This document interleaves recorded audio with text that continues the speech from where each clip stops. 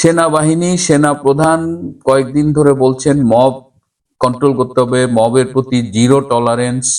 সেই মব কন্ট্রোলে সম্পূর্ণভাবে ব্যর্থ হয়েছে বাংলাদেশ সেনাবাহিনী, সম্পূর্ণভাবে ব্যর্থ হয়েছে ওয়াকার বাহিনী। কিন্তু সেখানে তাদের কোনো কথা নাই।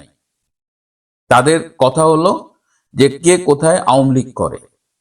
আরেকটা থানার ওসি দেখলাম এক লোককে গ্রেপ্তার করছে, তার বিরুদ্ধে কোনো মামলা নাই, কিচ্ছু না, তার অপরাধ সে আওয়ামী লীগের সমর্থক। আওয়ামী লীগ নিষিদ্ধ সংগঠন, সুতরাং আওয়ামী লীগের সমর্থন করলেও তাকে গ্রেপ্তার করা যাবে। আওয়ামী লীগের নেতা হোক, কর্মী হোক, তাকে গ্রেপ্তার করা যাবে। মানে মবের মুল্লুক, মগের মুল্লুক, জঙ্গলি দুঃশাসন সব ডক্টর ইউনূস চালু করেছে। এই দখলদার ইউনূস বাংলাদেশটাকে কোথায় নিয়ে যাচ্ছে? তো আমি জেনারেল ওয়াকারকে প্রশ্ন করতে চাই, জেনারেল ওয়াকার, আপনার মেজর রাব্বি যেটা বলেছে এটা কি আপনারও কথা, আপনার বাহিনীর কথা?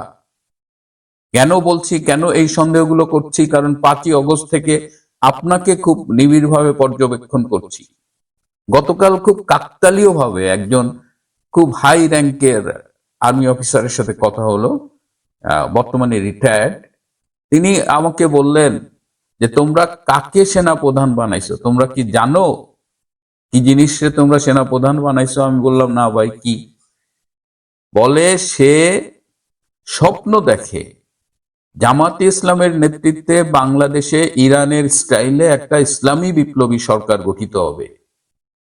সেই জামাতি সেনাপতিকে তোমরা সেনা প্রধান বানাইছো, জেনারেল বানাইছো, তোমাদের তো এখন এর ফল ভোগ করতেই হবে। যদি বড় ভাইয়ের এই কথাগুলো কনসিডারেশনে নেই, যদি জেনারেল ওয়াকারের 5ই অগস্টের জামাত প্রীতি দেখি, যদি তার অতীত এবং পরবর্তীতে ধারাবাহিকভাবে তার রাজনৈতিক বিশ্বাস দেখি, তাহলে এই কথাগুলো মিলে যায়। এবং তার সাথে এই মেজর রাব্বির কথাগুলো কিন্তু মিলে যায়। সেই ইয়াহিয়ার কণ্ঠ, সেই জামাতের কণ্ঠ। 71 সালে যদি দৈনিক সংগ্রাম পত্রিকা দেখেন, দেখবেন যে প্রায় প্রতিদিনই আওয়ামী লীগের বিরুদ্ধে বিষোদ্গার করেছে সেই সময়ের জামাত, ছাত্র সংঘ, আলবদর, রাজাকাররা। সেই একই কথা, সেই বাংলাদেশের সার্বভৌমত্ব, পূর্ব পাকিস্তানের সার্বভৌমত্ব আওয়ামী লীগের কাছে হুমকির মুখে।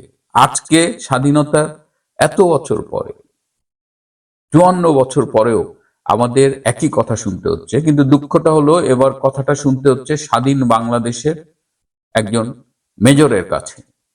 তাহলে মব কন্ট্রোল করতে পারছেন না জেনারেল ওয়াকার, কিন্তু আওয়ামী লীগ নিধনে তার সৈন্যবাহিনীর কিন্তু কোনো ক্লান্তি নেই।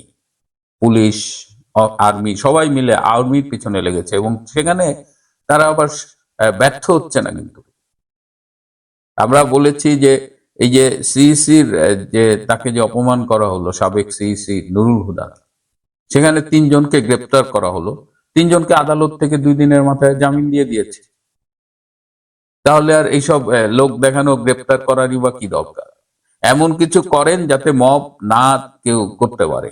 এই মবের সাথে যারা জড়িত ছিল এরা আবার বিএনপির অঙ্গ সংগঠন, জাতীয়তাবাদী স্বেচ্ছাসেবক দলের নেতা।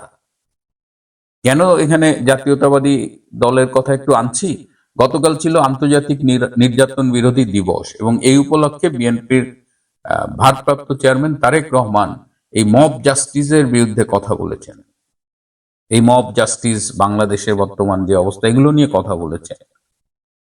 আমার খুব জানতে ইচ্ছে করে যে লন্ডনে বসে দলের ভারপ্রাপ্ত চেয়ারম্যান মব জাস্টিসের বিরুদ্ধে কথা বলে, তিনি কি জানেন যে বাংলাদেশে বর্তমানে যে মব জাস্টিস হচ্ছে তার 95% অ্যাটলিস্ট তার দলের লোকজন করছে। বিএনপি এবং তার অঙ্গ সংগঠনের লোকজনই নির্যাতন, মব জাস্টিস এগুলো করছে। আমি একটা জিনিস বুঝি না যে আমাদের এই শীর্ষ ব্যক্তিরা, যেমন সেনা প্রধান, তিনি বলেন তিনি mob control, zero tolerance, mob control হয় না। তারেক রহমান বলেন মব জাস্টিসের এগেনস্টে, তার দলের লোকজনই মব লিঞ্চিং করছে। তাহলে ঘটনাটা কি?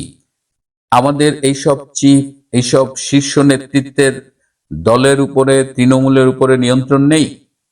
নাকি এটাই পার্ট অফ দ্য গেম যে তারা বলবে কিন্তু মাঠে যে অত্যাচার নির্যাতন চলবে, সেনা প্রধান বলবে যে কোনো মব অ্যালাউ করা হবে না, কিন্তু আওয়ামী লীগের বিরুদ্ধে যৌথ অভিযান চলবে, 3 ঘন্টা 2 ঘন্টা অভিযান করে এই মিনার ভাইয়ের মতো একদম নিরীহ নিপাট ভদ্রলোক, শিক্ষা অনুরাগী, তাকে গ্রেপ্তার, তার মতো লোককেও যখন গ্রেপ্তার করা হয় তখন আমরা যে সিগন্যালটা পাই সেই সিগন্যালটা আদৌ আশাব্যঞ্জক নয়।